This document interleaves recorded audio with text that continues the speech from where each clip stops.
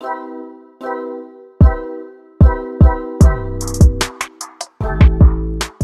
আমি তোমাদের দই কাতলা করে দেখাবো। আমি কড়াই বসিয়ে দিয়েছি গ্যাসে, আর তাতে সাদা তেল দিয়ে দিয়েছি কিছুটা।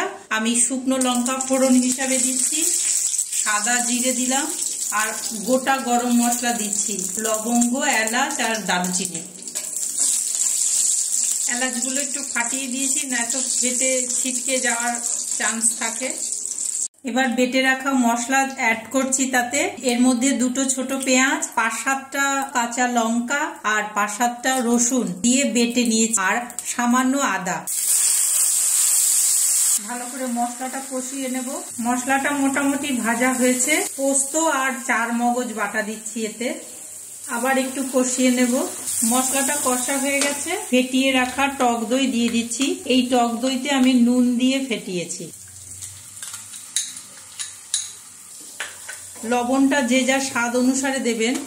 লবণ বেশি হলে অসুবিধা আছে, কম হলে পরে আবার দেওয়া যাবে। যেহেতু আমি দই কাতলা করছি, একটা সাদা সাদা ভাব রাখবো এই রান্নাটার মধ্যে, সেই জন্য আমি হলুদ দিচ্ছি না। আর যার ইচ্ছে সে হলুদ দিয়ে করতেই পারেন। যেহেতু দই দিয়েছি সেহেতু একটু মিষ্টি দিচ্ছি, এটা অপশনাল। যাদের চিনি খাওয়া বারণ বা ইচ্ছে নেই তারা স্কিপ করতেই পারেন। মশলাটা কষানো হয়ে গেছে, তারপরে সামান্য একটু জল দিয়ে দিয়েছি। এবার আমি কাঁচা মাছগুলো দিয়ে দিচ্ছি। আমি ভাজিনি এই মাছগুলোকে আমি ধুয়ে সামান্য লবণ মাখিয়ে রেখে দিয়েছিলাম। এবার কাঁচা মাছগুলো দিয়ে দিচ্ছি।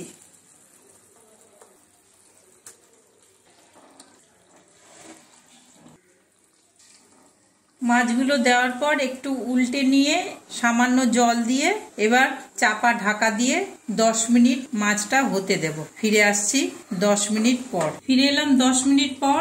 দেখি কিরকম হয়েছে। তেল ছেড়ে দিয়েছে মশলা থেকে, তার মানে হয়ে গেছে। দেখে তো ভালোই মনে হচ্ছে।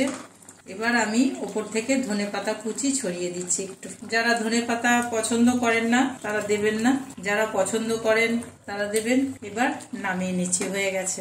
দই কাতলা খাওয়ার জন্য পুরোপুরি তৈরি হয়ে গেছে।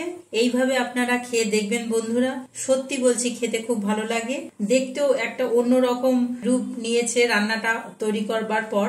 আর গোটা ভিডিওটা সাথে থেকে দেখলেন বলে আপনাদের সকলকে আমার অশেষ ধন্যবাদ জানাই। এইভাবেই সাথে থাকবেন আর ভালোবাসবেন আমাকে বেশি করে। আমিও ভালোবাসি আপনাদের। লাইক কমেন্ট দিয়ে আমাকে জানাবেন কিরকম লাগলো।